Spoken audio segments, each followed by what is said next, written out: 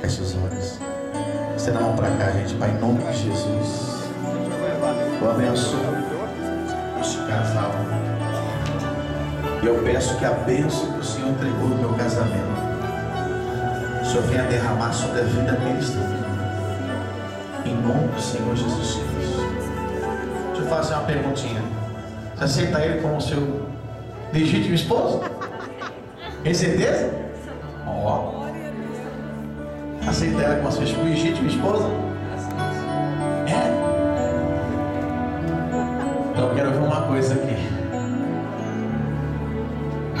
Falta uma coisinha, não falta? Há um momento só terminar de abençoar.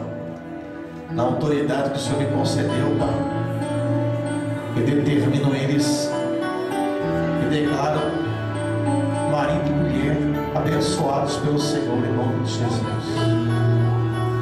Agora a gente fez um outro casamento aqui. Agora falta o quê? Meu bebezinho.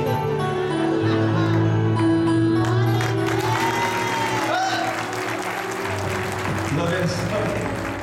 Parabéns, viu? Deus abençoe, querido. Na paz.